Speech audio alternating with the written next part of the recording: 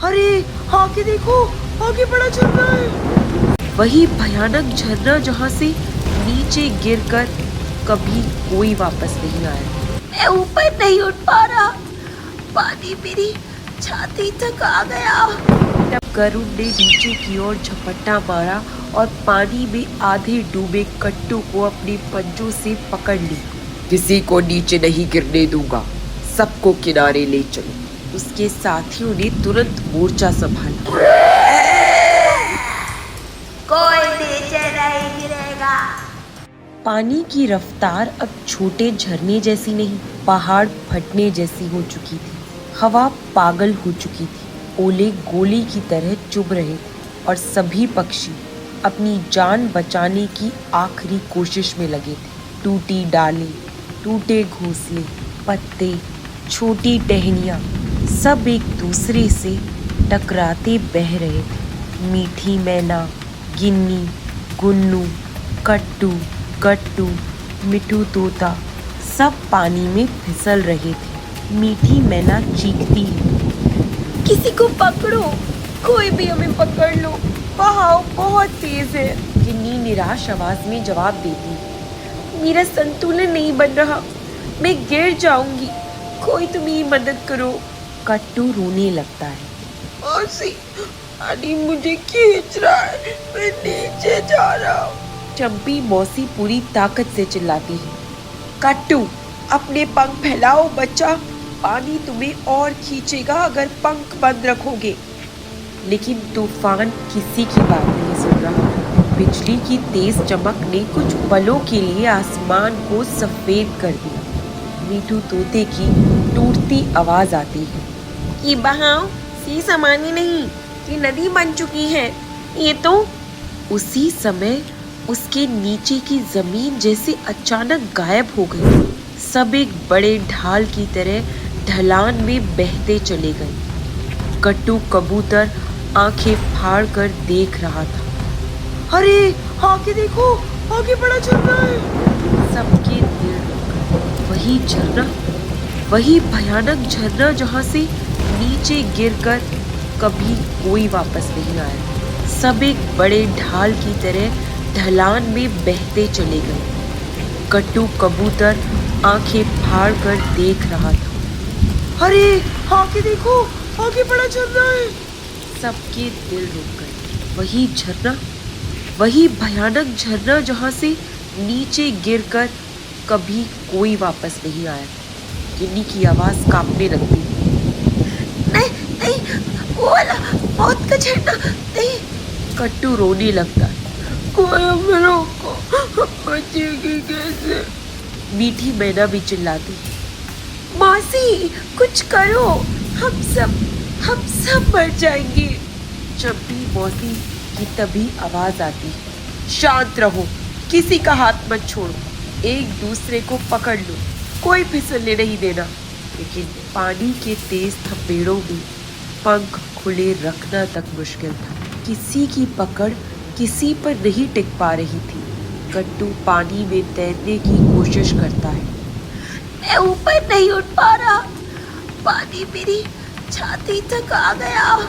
तभी मिठू तोते की आवाज आती है, कट्टू पंख ऊंचे उठाओ, ये बहाव तुम्हें नीचे दबा देगा। तभी ऊपर से एक आवाज पूछी, सावधान, मैं आ रहा हूँ। सबने ऊपर देखा। काले बादलों के बीच से दो विशाल पंख हवा को चीरते हुए उतर रहे। गरुड़ के। गिन्नी रोने लगी, गरुड़ भैया आ गए। मीठी मैना भी बोली, हम बच गए, शायद हम सच में बच जाए। गरुड़ ने नीचे की ओर झपट्टा मारा और पानी में आधे डूबे कट्टू को अपने पंजों से पकड़ ली। किसी को नीचे नहीं गिरने दूंगा, सबको किनारे ले चलो। उसके साथियों ने तुरंत मोर्चा संभाला। एक चील ने गुन्नू को पकड़ लिया, एक गिद्ध ने गिन्नी के पंख थामे, एक बाज ने टहनी को रोककर मीठी मैना को ऊपर खींचा। तभी कट्टू की आवाज आती है, अरुण भैया, अगर आप देर से आते तो। बोलना बंद, अपनी ताकत बचाओ, बहाव और तेज होने वाला है।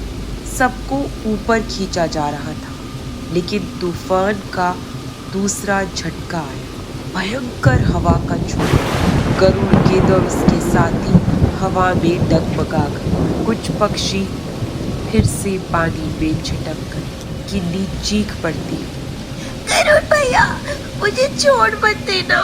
गरुड़ अपने पंखों से हवा को मारता है, मैं यही हूँ, तुम्हें कुछ नहीं होने दूंगा। लेकिन सबसे बड़ा खतरा अभी बाकी था। आगे सिर्फ 20 सेकंड की दूरी पर था कुख्यात मौत का झरना। पानी सारे पक्षियों को उसी ओर खींच रहा था। तभी गट्टू कबूतर की कांपती आवाज आती, गरुड़, अगर हम उस झरने तक पहुंच गए तो किसी को नहीं बचा पाओगे। मीठी मैना अपनी आंखें बंद कर लेती है। हमें कोई बहुत बड़ा, बहुत ताकतवर चाहिए जो इस बहाव को रोक सके। उसी वक्त जंगल की गूंजती गहराई से एक भारी आवाज उठी। दूर झरने के किनारे एक विशाल काला साया उठता दिखा।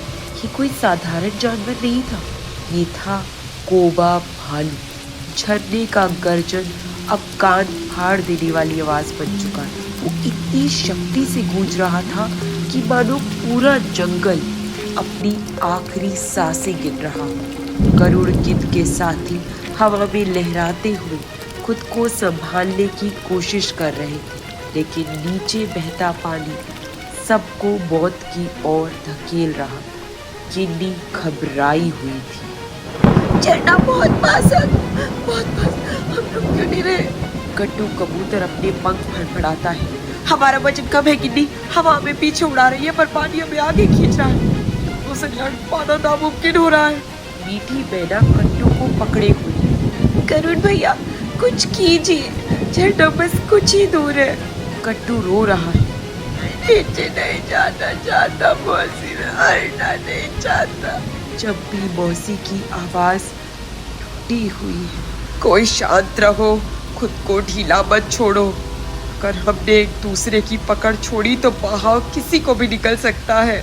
मीठू तोता भी बोलता है, गरुड़ हवा में उठा रही है लेकिन बहाव नीचे खींच रहा है। अगर हम ऊपर उठे तो हम सब बिखर जाएंगे और अगर नीचे रहे तो झरने में गिर जाएंगे। गरुड़ ने अपने विशाल पंखों को फैलाकर बहाव से लड़ने की कोशिश की, पर तूफान का दबाव बहुत ज्यादा था। मैं अकेला नहीं रोक सकता, हमारे पास समय बहुत कम है। अगर किसी ने कुछ नहीं किया तो सब खत्म हो जाएगा। और तभी जब सब उम्मीदें खत्म होती दिख रही थी, पानी के गर्जन में एक और आवाज गूंजी, भारी गहरी, धरती को हिलाने वाली। सबकी नजरें नीचे की ओर मुड़ गई। झरने की ठीक किनारे एक विशाल कद का काला भालू खड़ा था। उसके बाल बारिश से भीगकर चमक रहे थे और उसकी सांसें ठंडी हवा में भाप की तरह उड़ रही थी। वो कोई साधारण भालू नहीं था, उसके शरीर से ताकत की लहरें निकल रही थी। उसकी आंखों में समझ और दया थी और उसके कदम इतने भारी कि पानी की दिशा तक बदलती दिख रही थी। गिन्नी आश्चर्यचकित थी। वो कौन है? इतना बड़ा भालू आज तक नहीं देखा। मीठी मैना भी उम्मीद के साथ उसे देखती है। जो भी है, शायद वही हमारी आखिरी उम्मीद है। कट्टू भी आंखें फैला लेता है। ऐसे वो भालू कितना ताकतवर लग रहा है, क्या वो भी बचा सकता है? जब भी मौसी अपनी आंखें पोंछती है, अगर कोई इस बहाव को रोक सकता है तो शायद वही है। मीठू तोता बोलता है, देखो इसके पैरों के पास, वो तो बहाव के इतने पास खड़ा है फिर भी पानी उसे हिला भी नहीं पा रहा। भालू ने ऊपर उड़ते पक्षियों की हालत देखी, फिसलते, टकराते, गिरते, बहते। उसकी आंखों में चिंता की एक चमक उभरी। उसने अपना विशाल पंजा उठाया और झरने की ओर कदम बढ़ाया। फिर उसने पूछती हुई दहाड़ लगाई, कोई नीचे नहीं गिरेगा, मेरे रहते कोई नहीं। गरुड़ गिद्ध ने पहली बार राहत की सांस ली। भाई, अगर तू हमारी मदद कर दे तो हम सब बच सकते हैं। बहाव बहुत तेज है, हमें नीचे से कोई चाहिए जो इसे रोके। कोबा भालू ने कोई जवाब नहीं दिया। उसने बस भारी शरीर से झरने के ठीक किनारे पानी में कदम रखा। पानी उसके सीने तक आया और उसने बहाव को एक दीवार की तरह रोक दिया। गिन्नी के आंसू बहने लगे। हे भगवान, वो सच में रोक रहा है, पहाड़ जैसा खड़ा है वो। मिट्टू तोता हैरानी से देखता है। अगर कुछ कदम और आगे बढ़ा तो हम झरने में नहीं जाएंगे। सब पक्षी उस भालू की ओर बढ़ो, वही हमारा सहारा। बहाव भयंकर था, पक्षियों को नीचे से खींच रहा था।